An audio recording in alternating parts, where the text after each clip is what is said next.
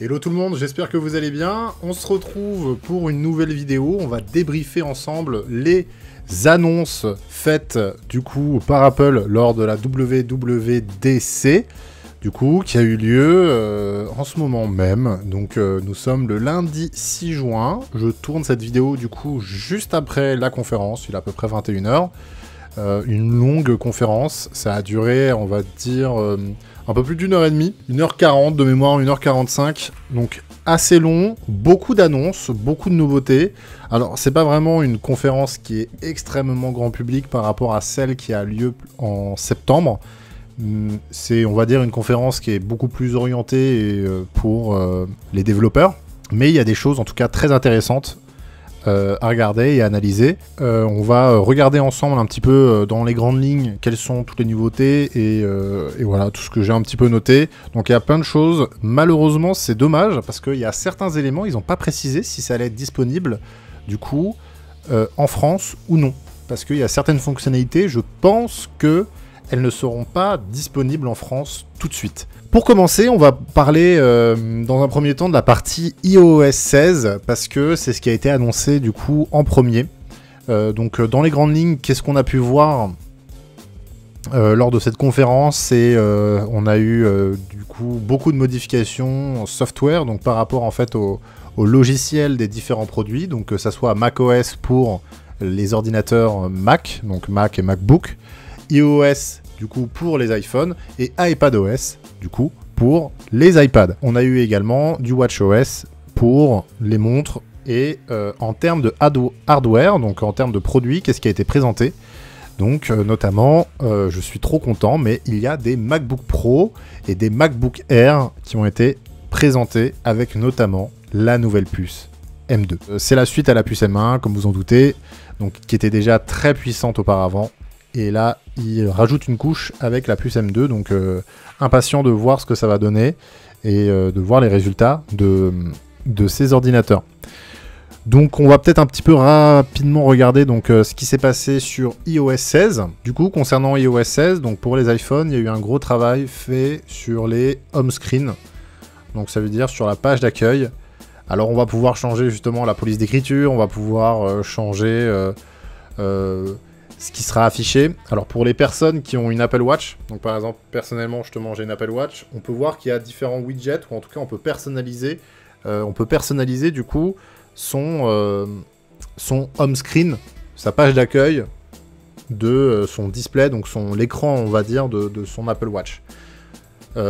Personnellement c'était une fonctionnalité que j'apprécie énormément, je trouve que c'est ultra pratique, surtout ce qui est ultra intéressant, c'est qu'en fonction de la situation où je me trouve, je vais pouvoir en fait changer du coup d'écran sur mon Apple Watch afin d'avoir un écran qui est plus adapté avec la situation.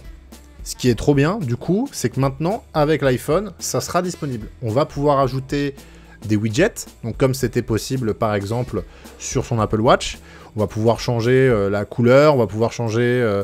la police d'écriture, il y aura plein d'éléments qu'on va pouvoir modifier, notamment sur ce home screen. D'ailleurs, les notifications vont plus apparaître au milieu de l'écran, mais du coup dans un carrousel qui sera en bas de l'écran. Donc ça également, c'est une nouveauté. Et personnellement, je trouve que c'est une bonne chose. Après, la question que je me pose par rapport à la modification des polices d'écriture, c'est que j'ai un peu peur que du coup ça fasse des iPhones un peu cheap. Et je me posais la question, en fait, tout simplement, est-ce que Steve Jobs aurait accepté ça? Je pense que non. Je pense que, justement, Steve Jobs, il aimait bien avoir le contrôle, justement, notamment sur le côté design de ses appareils. Et laisser les gens pouvoir choisir ce design, à mon avis, c'est quelque chose qui ne l'aurait pas plu. D'ailleurs, hein, petite juste anecdote, vu qu'on est là, il y a toujours marqué 9h41 sur les publicités d'iPhone. Donc vous pouvez voir là, ce qu'on voit par exemple ici, ou même si vous allez voir, je sais pas, dans des abribus, ce genre de choses, dès qu'il y a des publicités qui sont affichées, ça sera toujours marqué, quand c'est une pub officielle, 9h41. Pourquoi? Je vous laisse un petit peu réfléchir. C'est tout simplement parce que c'est le moment où l'iPhone, c'est à l'heure où l'iPhone a été présenté. Donc c'est pour ça qu'il y a 9h41 partout. Voilà, tout simplement. Du coup, on a eu un gros travail sur le home screen, en tout cas d'Apple. C'est ça en termes de grosses mises à jour.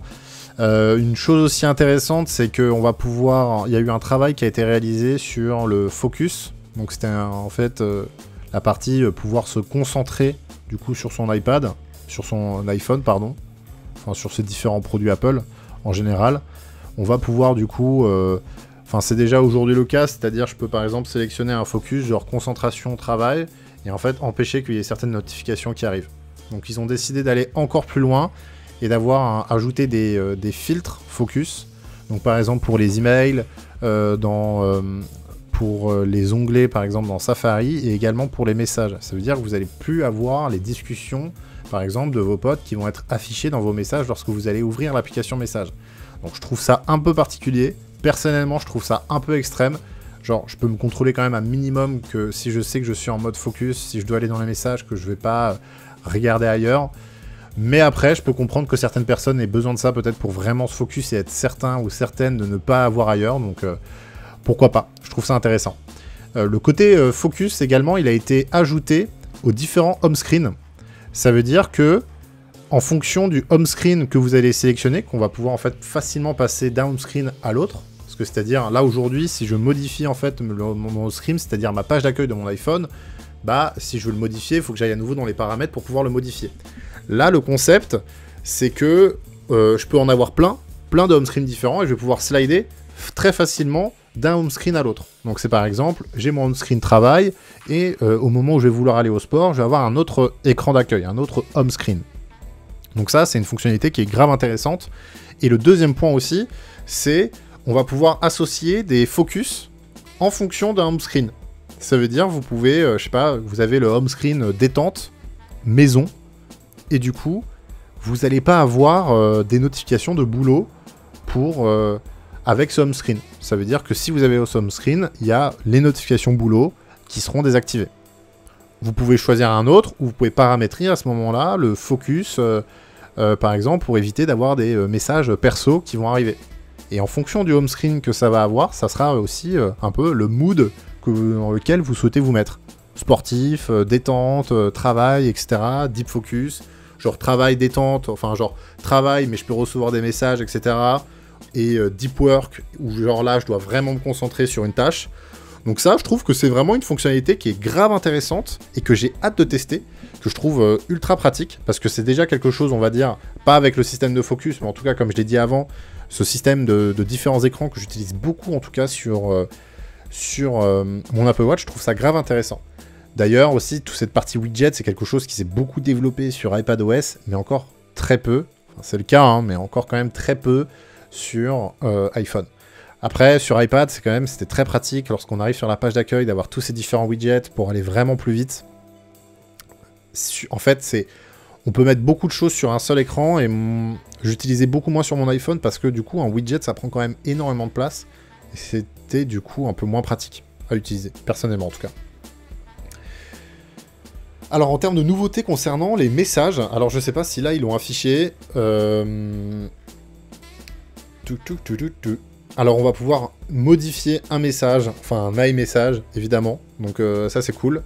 On va pouvoir modifier les messages, on va pouvoir aussi les désenvoyer, on va pouvoir les supprimer, donc ça sera pas uniquement supprimé pour nous comme c'était le cas aujourd'hui, mais du coup supprimé également pour les autres. Donc ça supprime en fait tout simplement l'historique pour tout le monde, si vous avez fait une erreur, si vous envoyez ça à une mauvaise personne. Il y a X raisons justement de vouloir supprimer un message, alors c'est déjà disponible dans d'autres messageries, mais en tout cas aujourd'hui ça arrive du coup dans iOS 16 en fait, tout simplement. Donc une fonctionnalité intéressante. On peut aussi marquer comme non vu, comme non lu, donc comme unread. Donc c'est aussi une fonctionnalité qui arrive, qui est intéressante, qui pourra intéresser certaines personnes qui ne veulent pas forcément afficher aux autres qu'ils ont vu le message. Mais en tout cas, c'est intéressant comme nouveauté. Il y a la dictée qui est disponible en simultané que le texte. C'est-à-dire vous allez pouvoir maintenant dicter et on ne pouvait pas écrire. C'est-à-dire lorsqu'on dictait par exemple sur son iPhone, il y avait une sorte de GIF audio qui s'affichait. et il n'y avait plus le clavier. Donc aujourd'hui, ça sera changé, on va pouvoir à la fois enregistrer un audio et également en fait avoir le clavier. Donc fonctionnalité intéressante. En termes de fonctionnalité nouvelle, du coup, je sais pas combien de fois je vais dire fonctionnalité, hein. Si j'ai le temps, je fais un compteur. Si j'ai pas le temps, je profite de la vie, tout simplement. Du coup, en fonctionnalités également qui ont été ajoutées, c'est sur les live textes. En fait, on peut... Aujourd'hui, il y a une fonctionnalité qui vous permet de récupérer le texte d'une photo. Donc en fait, c'est très facile. Vous prenez en photo quelque chose, par exemple, enfin, vous prenez en photo un texte, pardon, et vous pouvez double-cliquer dessus pour pouvoir le récupérer. En vrai, c'est assez bluffant, ça marche très bien. Je vous conseille vraiment en fait de tester, parce que je trouve que ça fonctionne extrêmement bien. Et en fait, cette fonctionnalité est ajoutée du coup dans les vidéos.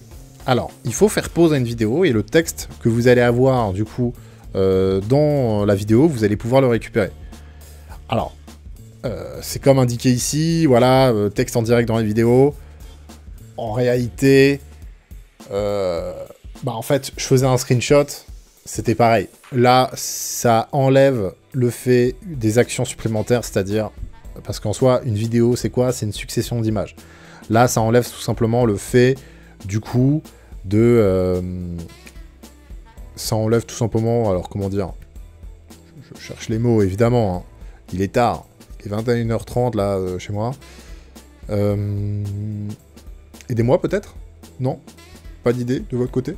Non, pas du tout. Voilà, une vidéo, c'est tout simplement une succession d'images. Donc là, en l'occurrence, c'est des actions en moins, parce qu'avant, on pouvait du coup simplement faire un screenshot. Là, on fait pause. Si le texte il est bien lisible, on va pouvoir le récupérer. Donc c'est banco, je trouve que c'est intéressant. J'imagine qu'ils ont encore développé leur techno par rapport à ça. On peut aussi beaucoup plus facilement translate, c'est-à-dire traduire maintenant du coup le texte qui est affiché. Ils n'ont pas indiqué si c'était facilement possible de pouvoir le translate en français. Je testerai une fois qu'il y aura la mise à jour et je vous dirai, mais déjà je pourrais le tester actuellement. Du coup, il y a ça qui est intéressant, en tout cas par rapport au live texte, à cette fonctionnalité. Il y a cette fonctionnalité que j'ai trouvée également ultra intéressante, c'est lorsque vous allez prendre une photo, vous allez pouvoir isoler un élément dans votre photo que vous trouvez intéressant. Et genre là, par exemple, ce chien que vous pouvez voir à l'écran, je vais pouvoir le récupérer, double-cliquer dessus, copie, et en fait l'envoyer, par exemple, par message, et on verra pas, du coup, le fond, le chien aura été détouré. Donc c'est un outil pour pouvoir détourer facilement des éléments sur des photos. Alors là, ils ont montré cet exemple avec un chien, alors forcément, c'était une conférence Apple, c'était magnifique, ça fonctionnait extrêmement bien. Il n'y avait pas, même la petite patte ici, il avait réussi à la capter. Dans la réalité, avec les photos, on va voir comment ça va se passer, quoi, en fait. Voilà, tout simplement, quoi. Bon, en tout cas, voilà pour ça. Il y a également eu des améliorations concernant l'Apple Wallet, donc l'endroit où vous pouvez stocker, du coup, vos différentes cartes, avec des ajouts de nouvelles fonctionnalités, hein, à nouveau, hein, le terme fonctionnalité, forcément, va arriver à maintes reprises. On pourra se partager aussi beaucoup plus facilement des clés entre nous. Alors ça, j'ai l'impression que c'est une fonctionnalité qui est uniquement disponible aux États-Unis. Pareil pour la fonctionnalité de pouvoir ajouter des pièces d'identité. Aujourd'hui, ça n'est pas encore disponible sur votre Apple Wallet, mais ça l'est en tout cas aux États-Unis. Donc on va pouvoir ajouter ces pièces d'identité et en plus partager du coup à des applications quand ils nous demandent en fait une pièce d'identité, partager via notre téléphone cette pièce d'identité et sélectionner uniquement les informations que cette application aurait normalement besoin par rapport à notre pièce d'identité. Par exemple, ils n'ont peut-être pas besoin de connaître exactement ma date de naissance. Le fait uniquement de préciser que je suis un adulte, que je suis par exemple plus âgé que 18 ans, ça leur peut-être convient. Ça devrait peut-être être suffisant en tout cas comme preuve. Donc ça en tout cas j'ai trouvé ça ultra intéressant, rien que pour le côté également privacy. Donc en fait ils font beaucoup d'efforts Apple aujourd'hui sur le côté privacy pour les utilisateurs par rapport aux autres entreprises. Par contre, je serais assez curieux de voir exactement chez eux, par rapport aux données que eux ils stockent. Ok, peut-être ils transmettent pas ou très peu de données, en tout cas aux autres entreprises, mais concernant nos données chez eux dans leur serveur, Risquez pas ça. On va voir. On va essayer de mener une enquête. On essaiera. Dites-nous en commentaire si vous voulez une enquête. Je me déplace, moi. Si vous voulez, à 100 000 likes, c'est énorme. Ça n'arrivera jamais. Et justement, parce que les billets coûtent cher, en fait. Mais à 100 000 likes, je me déplace, je vais à Cupertino, toc toc, bonjour team, let's go cook, and have some talk with privacy. Et voilà. En tout cas, voilà pour cet élément. Ah, il y aura une fonctionnalité que je trouve folle, c'est Apple Pay Later.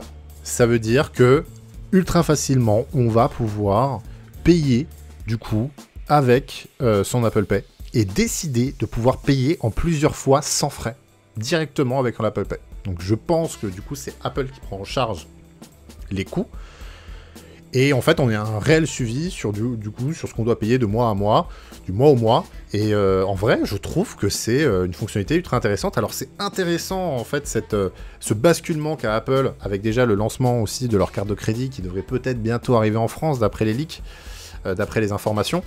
Donc, ce basculement de Apple vers un système bancaire un petit peu, donc c'est grave intéressant. Ça peut-être qu'un jour, on va avoir, au lieu d'être chez Revolut, au lieu d'être chez Boursorama, Crédit Mutuel, BNP, etc., on pourra être chez Apple directement, où c'est Apple qui va stocker notre argent.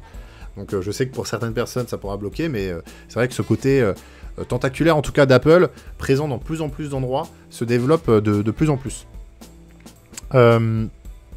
Donc voilà. Alors, ils ont également présenté que on n'a pas encore eu d'infos, juste pour la dernière news, on n'a pas eu d'infos sur Apple Pay Later, si ça sera disponible, du coup, avec iOS 16 en octobre ou septembre, du coup, en France. Voilà, parce que c'est à ce moment-là que va sortir iOS 16. Une fonctionnalité qui risque de faire pâlir certaines entreprises, notamment des boîtes comme SumUp, c'est ce qu'ils ont présenté avec l'iPhone qui pourrait devenir un terminal bancaire, c'est-à-dire un TPE. Lorsque vous allez dans un commerce, on vous tend une machine pour pouvoir payer avec votre carte, et là, ils ont indiqué que l'iPhone pourrait servir de TPE pour payer. Alors, ça me paraît d'être une dinguerie, d'être assez fou. Techniquement, c'est possible, évidemment. Par contre, il risque de pas forcément se faire beaucoup d'amis avec cette fonctionnalité. Alors, si c'est gratuit et qu'il y ait zéro commission, parce qu'aujourd'hui il y a des commissions, hein, c'est pour ça que certaines entreprises refusent aussi que vous payiez par carte, notamment pour des petits montants, parce qu'il y a une commission systématiquement. Du coup, s'il n'y a pas de commission, bah là, ils vont forcément pas se faire des amis. Et s'il y a des commissions, c'est simplement un concurrent supplémentaire à des SumUp ou à d'autres entreprises bancaires qui proposent la même chose. Donc bon, on verra. Mais en tout cas, très intéressant, et la tournure en tout cas que Apple prend par rapport à ça, et même pour l'aide finalement aux petites entreprises sur ces sujets, quoi. Il y a l'arrivée aussi l'arrivée du nouveau Apple Plan, du coup, qui arrive. Donc c'est la mise à jour de leur application équivalent à Google Maps, apparemment qui a été fortement améliorée. Alors c'est extrêmement visuel. Je sais pas exactement aujourd'hui, est-ce que ça sera plus performant qu'un Google Maps par exemple, ou qu'un Waze. Donc on verra. Alors il y a une autre application, mais là que je ne me rappelle plus, une application verte que personnellement que j'utilise très peu, mais du coup je sais qu'elle est utilisée par beaucoup de personnes, mais c'est pas grave, ça m'est sorti de la tête. Bon, en tout cas, on va voir si ça va faire de l'ombre à ces applications déjà bien présentes. En tout cas, ça arrive en France, voilà, avec iOS 16. Il y aura un meilleur contrôle également sur les appareils pour vos enfants. Pour les enfants, donc avec notamment l'application Family Sharing, donc ça sera plus simple pour pouvoir gérer le cloud dans toute une famille, et aussi pour pouvoir gérer du coup les appareils Apple de vos enfants. Donc à quelle heure par exemple ils n'ont plus d'accès internet, leur laisser en fait uniquement l'accès à telle ou telle application, ce genre de choses. Par exemple, non, YouTube, ils n'ont pas le droit d'y aller, etc. etc. Voilà. Donc bon, j'ai pas d'enfant, en tout cas pas pour l'instant. Mais je trouve que c'est une fonctionnalité intéressante pour avoir un peu plus le contrôle là-dessus. Alors je sais pas, après ça serait l'occasion d'avoir un débat lors d'un podcast ou d'une prochaine vidéo sur le fait d'avoir le contrôle ou non de laisser la liberté ou non aux enfants de pouvoir naviguer sur Internet. Alors, il y a aussi une solution qui est arrivée pour les personnes qui sont dans des relations qui sont dangereuses, toxiques, qui ont un potentiellement risque d'être en relation, quand ils sont en relation avec une autre personne. Aujourd'hui, c'est possible en fait de pouvoir géolocaliser ses amis, ses proches, avec les différents produits Apple. Donc là, ils ont proposé une fonctionnalité qui permet de désactiver ça pour, par exemple, son conjoint ou sa conjointe, si cette personne est ultra dangereuse. Et je trouve que c'est une bonne chose. Voilà. Après, dans les faits, est-ce que ça va vraiment fonctionner ? J'ai un peu plus de doute là-dessus, mais en tout cas, si ça peut vraiment aider, ne serait-ce même qu'une personne, c'est déjà en fait une très bonne chose. Donc je trouve que c'est très bien de la part d'Apple, en tout cas, d'aller dans ce sens, et c'est bien. Top pour ça. Il y a eu des modifications aussi sur l'application HomeKit, donc Home pour pouvoir contrôler justement les différents produits de chez soi. Donc ils ont amélioré des petites choses par rapport à ça, mais rien de très folichon. Une autre grosse nouveauté, c'est la partie CarPlay. Donc c'est toute l'interface pour les voitures qui a été énormément modifiée. Et en vrai, on a l'impression qu'on se retrouve dans Cyberpunk. Alors c'est on va dire un monde ultra futuriste. Enfin genre les premiers visuels. C'est dommage que là, je sais pas s'il y a des choses qui sont présentées. Voilà, c'est ici. CarPlay, impressionnant. On a l'impression qu'on est dans le futur, tout simplement. Voilà. Tout simplement. En vrai, c'est fou, quoi. Donc, annonce des modèles compatibles en 2023. Donc, fin 2023. Donc, ça va prendre... C'est pas tout de suite, hein, c'est pas demain la veille qu'on va pouvoir avoir ça. Par contre, ce qui est intéressant, c'est que si aujourd'hui, peut-être, il y a des appareils, notamment des voitures avec des grands écrans qui ont déjà le CarPlay, bah, en soi, c'est du software, c'est du logiciel. Donc, peut-être que cette voiture, si vous l'achetez aujourd'hui, elle pourra se mettre à jour et du coup avoir cette interface. Parce que vraiment, là, cette interface, sachant que là, c'est juste un exemple, hein, on pourra tout personnaliser dessus, même le visuel, un petit peu comme sur le home screen, sur la page d'accueil d'Apple. On pourra potentiellement changer le fond, changer les couleurs, changer la disposition et l'interface ici. Je trouve ça fou. Je trouve que c'est une très bonne chose. Et là, c'est en vrai un pas de géant dans l'ergonomie des interfaces, en tout cas dans les voitures, parce que je trouve que c'est très old school. Ça fait très vieux, en tout cas, les interfaces qu'il y a aujourd'hui dans les voitures. Concernant WatchOS, donc pour les montres, vous avez des nouveaux fonds d'écran qui sont proposés. Ils ont également amélioré la récupération de données pour la course à pied, notamment, pour nous donner des données supplémentaires sur notre course. Qu'est-ce qu'on peut faire mieux, ou est-ce qu'on dépense mal notre énergie, par exemple si on saute trop haut et on devrait aller plus par exemple vers l'avant, ce genre de choses. Ça, c'est une fonctionnalité que j'attendais énormément, mais c'est pendant un exercice, du coup, qu'on lance sur notre Apple Watch. On va pouvoir avoir des pages supplémentaires avec des informations, du coup, complémentaires. Ce qui n'était pas forcément le cas aujourd'hui, et ça manquait, parce qu'il fallait arrêter l'exercice, notamment pour avoir beaucoup d'informations par rapport à l'exercice qu'on venait d'effectuer. Donc c'est une très bonne chose. On va pouvoir aussi faire des plans d'entraînement avec des chronos, en fonction de notre plan d'entraînement. Imaginons, je veux faire du HIIT, ça veut dire je veux courir très vite pendant 30 secondes, me reposer par exemple pendant 1 minute 30, de nouveau courir pendant 30 secondes. Bah, aujourd'hui, je pouvais le faire à la mano comme ça et essayer d'utiliser mon chrono pour pouvoir faire ça un peu à la mano. Là, du coup, ça sera totalement intégré, et si on a des AirPods, il va nous dire, ok, là ça va se terminer, ton moment repos se termine dans 10 secondes, prépare-toi, ok, tu dois courir pendant 30 secondes, et il va te dire, bon voilà, c'est arrêté, maintenant tu te reposes pendant 1 minute 30, etc. Je trouve que c'est une très bonne chose, une fonctionnalité que j'attends également fortement, et que j'ai hâte. L'application Fitness qui était du coup sur les Apple Watch arrive sur iPhone, avec notamment l'iOS 16. Alors on ne pourra pas évidemment avoir autant de captation de données sur notre iPhone que sur notre Apple Watch, mais par exemple ça va compter les pas, les kilomètres, ce genre de choses, vraiment on va dire des petites broutilles, mais on va pouvoir aussi défier les gens avec ça, donc bon, c'est un petit plus, mais rien de dingue en tout cas par rapport à ça. Ils ont amélioré également l'analyse du sommeil, donc pour donner un peu plus d'informations par rapport à ça, donc c'est toujours une bonne chose. Amélioration aussi du côté des risques de crise cardiaque, donc ils arrivent mieux le détecter et ils pourront plus facilement envoyer du coup des notifications aux personnes pour nous dire si il s'est passé, s'il se passe là, s'il risque en tout cas de se passer une dinguerie, tout simplement, une crise cardiaque. Donc apparemment ça a sauvé déjà de nombreuses vies et qu'il y a beaucoup de personnes apparemment, je dis apparemment parce que c'est ce qu'ils disent, hein. Voilà, je ne suis pas allé vérifier évidemment, mais du coup de nombreuses personnes ont été détectées grâce à l'Apple Watch qui avaient apparemment des problèmes cardiaques, donc intéressant en tout cas et très pertinent d'avoir une montre comme ça. Personnellement, justement, je l'ai testé, tout va bien a priori. C'est plutôt mon cœur que je devrais toucher. Donc c'est nickel. Il y a l'arrivée d'une nouvelle application qui s'appelle Médication. Donc ça sera pour traquer notamment les médicaments qu'on doit prendre, par exemple. Alors je sais pas, est-ce qu'ils vont l'afficher ici? Donc c'est une petite nouveauté.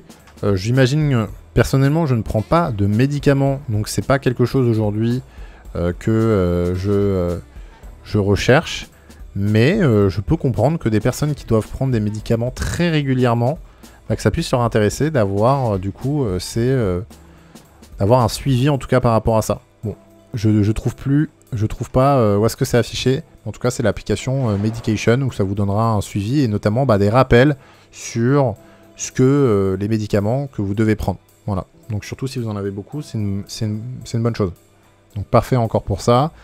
Évidemment, grosse nouveauté par rapport à l'arrivée des MacBooks, et notamment de la puce M2 et des nouveaux MacBook Air avec nouveau design. Ça récupère du coup le design on va dire à peu près des MacBook Pro qui ont été annoncés, je crois, l'année dernière, avec notamment... l'écran qui a été modifié, un plus grand écran, donc un 13,6 pouces, une meilleure puce, le Touch ID qui a également été ajouté. Donc il y a beaucoup de choses qui ont été ajoutées, notamment aussi une caméra 1080p. Donc c'est très bien, la couleur, là, notamment cette couleur, je la trouve exceptionnelle. Ça me donne envie d'en acheter un. Mais il ne faut pas craquer, parce que j'ai toujours un très bon ordinateur, un très bon Mac. Donc on ne va pas craquer, on va rester solide. On va tout ça, c'est du mental en soi. Voilà. En tout cas, des nouvelles couleurs. Le retour du MagSafe, c'est une bonne chose. Personnellement, en tout cas, je trouve que le MagSafe, c'était la folie. Je trouve ça trop bien que l'USB-C. Mais en tout cas, c'est le retour sur le MacBook Air du MagSafe. Il y aura toujours des prises USB-C et une prise jack. Par contre, pas de prise HDMI ou de prise carte SD. Voilà. Les MacBook Air M2 et MacBook Pro, ils seront disponibles en juillet pour information, avec également du coup l'arrivée de macOS Ventura, donc qui sera la mise à jour de leur système d'exploitation. En termes de macOS Ventura, alors je sais pas, est-ce qu'ils ont affiché, voilà. Alors ils ont beaucoup parlé notamment de Stage Manager, ça sera une sorte de gestion de fenêtres pour Apple. Moi personnellement sur mon Mac j'utilise beaucoup le système de bureau. Du coup ça me parle moins, mais c'est également une fonctionnalité qui sera disponible sur iPadOS. Du coup je trouve que c'est déjà un peu plus parlant sur iPadOS. Voilà, c'est ça Stage Manager, c'est quand on a trop par exemple d'onglets, de pages, de différentes fenêtres qui sont ouvertes, on va pouvoir les mettre tout à gauche.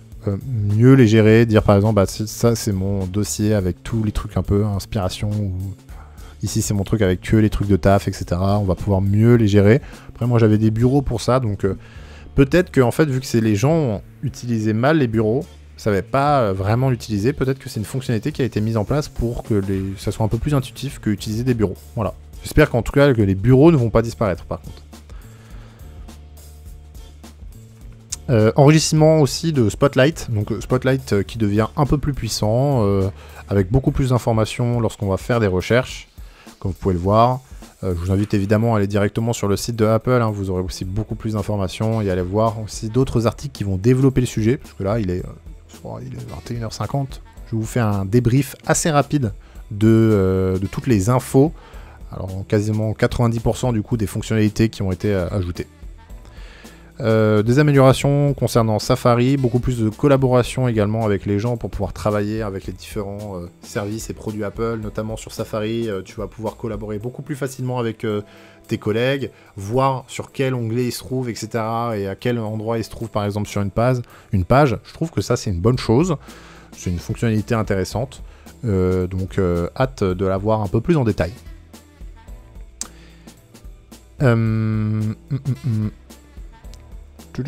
Arrivée de Pass Keys, donc c'est un peu l'amélioration du trousseau de ce que j'ai compris. Donc on pourra plus facilement justement sauvegarder nos mots de passe d'une manière encore plus sécurisée pour encore plus d'applications.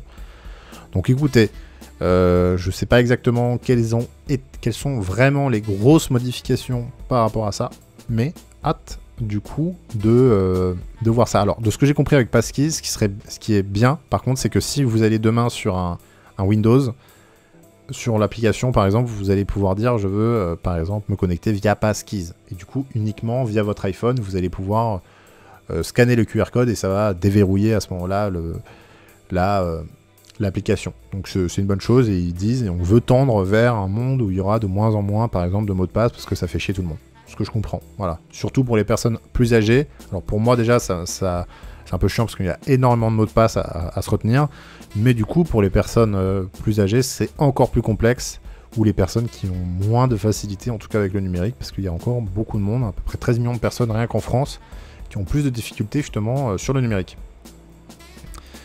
Ils ont fait beaucoup d'annonces également par rapport au gaming sur Apple. Donc avec l'arrivée de jeux comme No Man's Sky, Resident Evil Village. Bon, ils avaient déjà lancé Apple Arcade. Je sais qu'ils sont pour parler également potentiellement pour acheter Electronic Arts. Franchement, pour l'instant, je sais pas si c'est une bonne chose pour eux de se lancer là-dedans. J'espère qu'ils vont développer une puce peut-être adaptée. Ça serait trop bien qu'ils fassent ça, une puce adaptée, genre la M Gaming, quelque chose comme ça, la M1 Gaming. Parce qu'un produit Apple dédié au gaming, ce genre de choses, je pense que c'est quelque chose qui pourrait m'intéresser en tout cas. Ils ont proposé un truc un peu particulier, mais en tout cas c'est l'utilisation de son iPhone comme webcam, comme seconde webcam. Donc personnellement c'est quelque chose que je pourrais utiliser, je pense. Même si le système qu'ils ont trouvé, ça n'avait pas l'air ultra pratique. Une amélioration de l'application météo. Une meilleure collaboration du coup sur Safari et iPad avec notamment l'application Collaborate, donc pour mieux travailler tous ensemble. SharePlay, c'est l'application qui permettait de regarder du contenu en simultané via FaceTime. On va pouvoir utiliser ça aussi pour des jeux sur notamment iPad et apparemment plus tard sur iOS et macOS. Et voilà, on va dire dans les grandes lignes. Donc en soi, pour conclure, pour vous dire vraiment moi ce qui me hype le plus, forcément c'est ces nouveaux Mac avec cette puce toujours exceptionnelle qui pousse encore toujours dans le retranchement. Donc ça c'est une bonne chose. Le côté gaming ça m'intéresse aujourd'hui pas plus que ça parce qu'il y aura encore très peu de jeux qui vont tourner dessus. Mais iOS 16 a l'air exceptionnel, le fait de personnaliser, de modifier justement sa page d'accueil, ça va être trop bien, les modifications aussi sur iMessage. Passkeys, c'est quelque chose qui m'intéresse également. Donc ça, je trouve que ça va être intéressant. Les modifications, les fonctionnalités supplémentaires sur l'Apple Watch, ça va me plaire. L'Apple Pay Later, je trouve que c'est une dinguerie, le fait de pouvoir payer en plusieurs fois directement en fait avec Apple Pay, je trouve que c'est top. Toutes les nouvelles fonctionnalités de CarPlay, même si j'ai pas de voiture, je trouverais ça magnifique. Et voilà quoi. Surtout là, iOS 16, ça va être trop bien quand ça va arriver. Donc avec le prochain iPhone évidemment, iOS 14, l'iPhone 14 pardon, avec iOS 16. Ok pour ça. Bon bah écoutez, j'ai rapidement regardé mes notes. A priori, je vous ai un petit peu tout dit pour ce récap. Voilà, très généraliste, en tout cas des fonctionnalités et des nouvelles choses qui ont été annoncées lors de cette WWDC d'Apple 2022. C'était un plaisir de retrouver Tim Cook et Greg pour ces différentes présentations.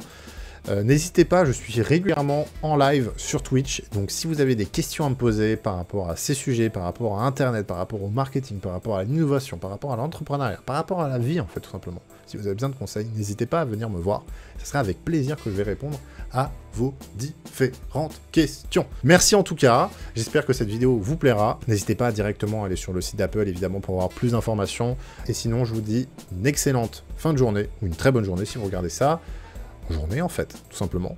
Merci beaucoup, et bye.